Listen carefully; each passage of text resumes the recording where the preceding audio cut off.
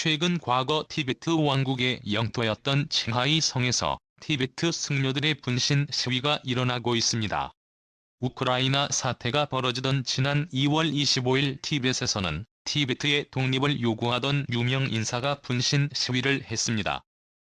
이것은 단순한 인물들이 아닌 중국 리얼리티 프로그램에까지 등장하여 중국 전역에서 인기를 얻은 바 있는 제원노르 불씨가 티베트의 수도 라사의 포탈라궁 앞에서 시위를 벌이고 독립의 구호를 외친 후 분신을 한 소동이 있었습니다. 마치 K-팝 아이돌과 흡사한 그의 인기로 중국 전역에 큰 충격이 있었으나 중국 당국의 철저한 언론 통제로 사건은 최근에서야 알려지고 있는 상황입니다. 뿐 아니라 티베트 자치구가 아닌 과거 티베트의 또 다른 영토였던 칭하이 성에서도 체링 삼도비라는 승려가 칭하이 성경찰서 앞에서 분신 시위를 이어갔습니다. 2009년 이후 중국의 식민 통치에 항거하기 위해 분신한 티베트인들은 159명으로 증가하면서 점점 티베트의 독립에 시간이 차오르고 있다는 분석이 나오고 있습니다. 이러한 상황 가운데 티베트와 가장 밀접한 관계를 가지고 있는 인도 측에서 한국에 긴급히 연락을 취해 군사동맹을 맺자는 제의를 하고 있습니다. 국토전략기업이 과거 티베트 당국과 당나라가 휴전조약을 체결한 단번에는 비에 따르면 만약 상호 불가침에 관한 조약을 먼저 깨뜨리는 나라는 하늘의 저주를 받아 국토가 쪼개져 멸망한다는 내용이 담겨 있습니다. 티베트가 중공에 의해 점령된 지 반세기가 넘어가고 아직까지 단번에 명기의 저주의 내용이 실현되고 있지 않지만 최근 점점 심각해져가는 중국과 인도의 관계로 인해 티베트의 분리독립이 실현될 뿐 아니라 회명비의 저주 내용처럼 여러 개로 잘게 쪼개어질 수 있다는 분석이 나옵니다. 세계 최대의 인구 대국은 더 이상 중국이 아닙니다. 이제 인도가 빠르면 1-2년 안에 늦어도 3년 안에는 중국의 인구를 뛰어넘어 세계 1위 인구 대국을 향해 가고 있습니다. 인도는 그동안 세계 주요 문제에 있어서 중립적 입장을 취해왔습니다. 그러나 대중국 견제의 문제에 있어서는 확실한 미국의 편에 서고 있습니다. 대중국 문제에 있어서만큼은 미국, 호주 등의 국가들과 군사동맹을 맺고 중국을 견제하고자 하는 것입니다. 중국은 이미 1962년 중인전쟁을 통해서 중국에게 대구력을 당한 적이 있습니다. 그런데 2017년과 2020년 인도-중국 국경에서 또 다시 무력 충돌이 발생하면서 상황이 점점 심각해지고 있습니다. 인도는 현재 방글라데시, 치타공, 스리랑카, 콜롬보, 몰디브, 파키스탄의 과다르한, 지부티를 연결하는 진주목걸이 전략, 즉 해외에 중국 해군 기지를 건설하여 인도를 압박하고 있는 상황입니다. 중국 진주목걸이 전략의 대상이 되고 있는 해외의 군사항만들이 모두 인도를 정확하게 감싸고 있는 형국 것입니다. 진주목걸이가 아니라 인도의 숨통을 쬐는 올가미인 것인데요. 중국은 현재 인도를 자국의 최대 위협 국가 중 하나로 평가하여 해양을 완전 봉쇄하고자 하는 전략을 취하는 것입니다. 때문에 현재 인도는 미국, 호주와 군사동맹을 맺을 뿐 아니라 러시아와도 손을 잡고 있습니다. 현재 인도가 러시아로부터 가스를 수입하려면 블라디보스토크에서 인도로 상트페테르부르크에서 스위스를 거쳐 인도로 오는 대장정을 거쳐야만 도착이 가능합니다. 하지만 중국의 신장이고르 티베트를 거치게 되면 바로 인도로 연결됩니다. 중국의 최대 분리독립 조짐이 있는 두 지역입니다. 인도는 자국의 자원 확보를 위해서 러시아는 물론 신장 위구르와 관련이 깊은 터키와도 손을 잡고 사방으로 중국을 압박할 것으로 관측되고 있습니다.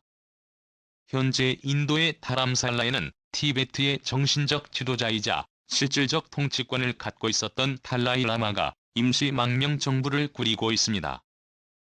1955년생으로 현재 86세인 달라이 라마는 그가 집권하던 시기 티베트가 중국으로부터 침공당한 이후로 여전히 인도의 생존에 전 세계에 티베트의 독립을 부르짖고 있습니다.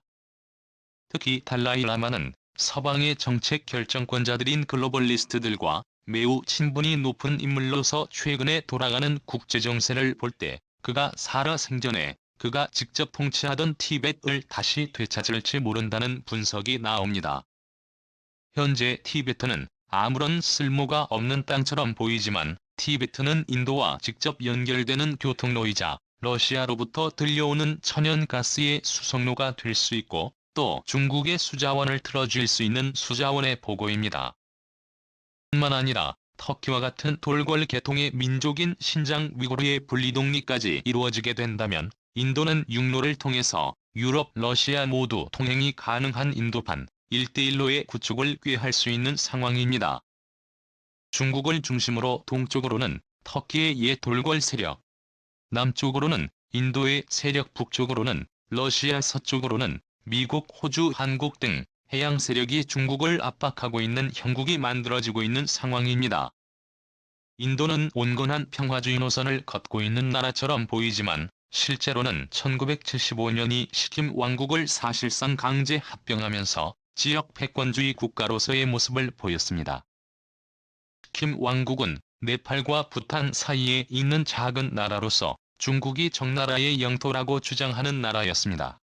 시킴이 자국 영토라고 주장하는 중국은 2003년까지 시킴의 인도 병합을 인정하지 않았으나 만약 인도의 패권주의가 시킴을 넘어서 티베트와 칭하이 성까지 확대된다면 중국은 큰 위기에 봉착할 수밖에 없는 상황입니다.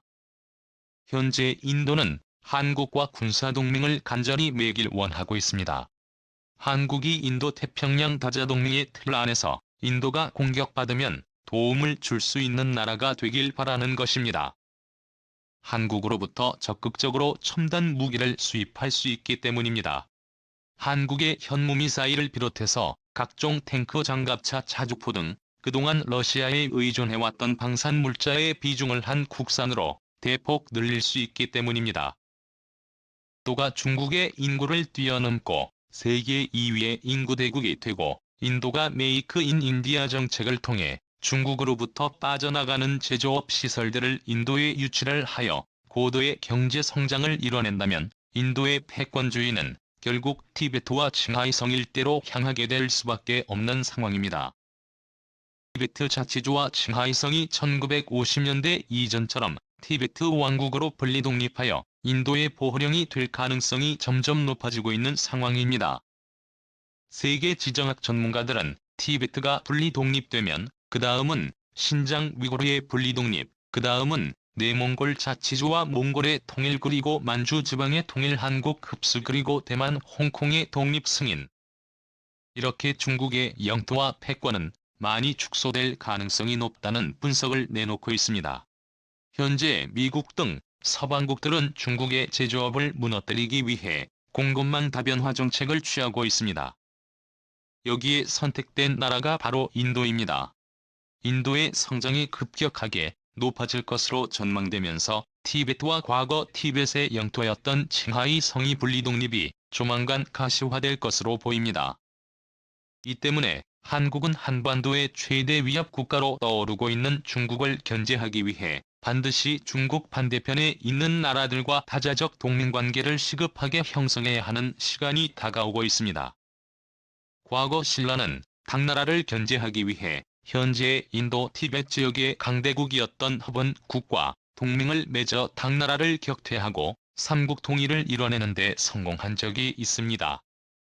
그리고 고구려 역시 중국의 반대편에 있던 지금의 터키 우즈벡의 돌궐 세력과 손을 잡고 중국을 격퇴하였습니다. 고대시대 때에도 다자동맹을 통해 한반도의 지정학적 안정성을 높일 수 있었던 만큼 지금의 새로운 패권 세력으로 떠오르고 있는 인도와의 협력을 통해 한반도의 통일과 지정학적 안정성을 높여야 한다는 의견이 나옵니다.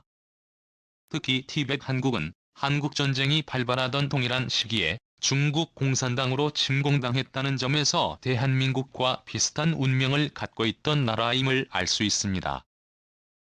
시 서방의 국가들은 티벳보다는 한반도의 상황을 주시하고 있었고 결국 그 어느 나라도 티베트를 도울 수 없어 망국의 길로 치달았지만 다시금 광복의 빛이 히말라야 산맥을 향해 비추어지고 있습니다. 과연 달라이라마가 살아생전에 그가 통치하던 티베트 한국을 다시금 볼 수 있을까요? 시청해주셔서 감사합니다.